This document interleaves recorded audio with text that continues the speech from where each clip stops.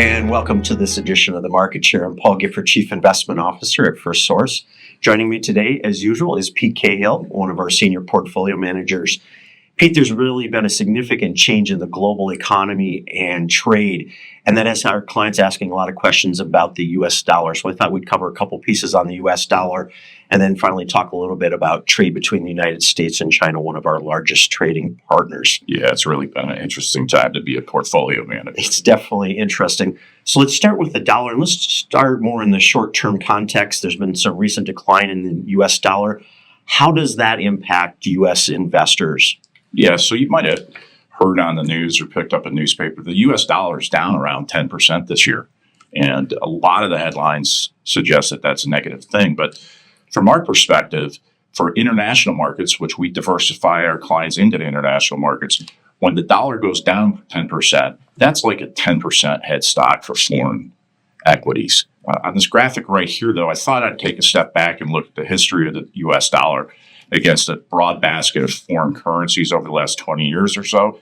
So you can see the decline of 10% this year, but I think we explained a little bit about how we're positioning our portfolios appropriately to get a benefit from that.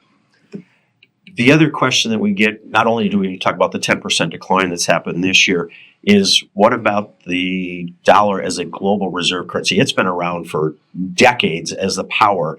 Clearly, that doesn't always last forever, but it sure seems like we should still be able to be the power. Yeah, so the U.S. dollar has been the global currency of reserve. That's dollars as foreign central banks hold. That stems all the way back from World War I, where the U.S. became a creditor nation to Europe. In 1940s, there was Bretton Woods Agreement, where the dollar was pegged to the price of gold. And then in the 1970s, the oil-producing countries set rules that oil needed to be traded in dollars. So we had been basically the only game in town. And if you think about it from other countries' perspective, long-term, that's not a good thing. So while we may be hearing a lot about we're losing the status, the reality, which is shown on this graphic here, that it's been for decades that our percent of world reserve currencies has been steadily trickling down. So it's more of an evolution, not an end to the world reserve status. Yeah.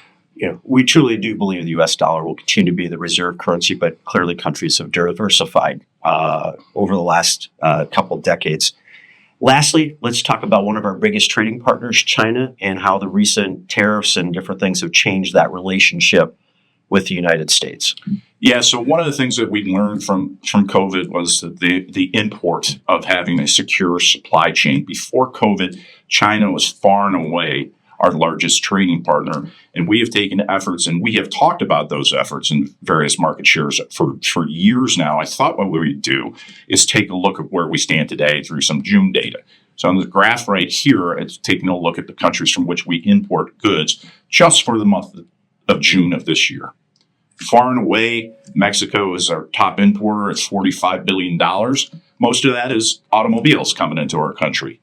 Followed by Mexico is Canada at around $30 billion, most of that being oil and energy coming into the country. And then what I point to is China at $17 billion or so is a distant third. And you can see Vietnam is actually catching up to it. So we've been securing our supply chain is how I kind of think about it. So while we've had some of that recent turmoil and has been topics, this has actually been going on for several years as corporations adjust to the supply chain challenges and making good decisions. So, Pete, obviously appreciate your comments on the U.S. dollar and trade. If you enjoyed today's video, I encourage you to share that with your friends or family. If you do not currently subscribe to the Market Share, you can do so scanning the QR code at the end of the video or sending us an email at wealthadvisory@firstsource.com. As always, thank you for the opportunity to serve you and your family, and have a great day.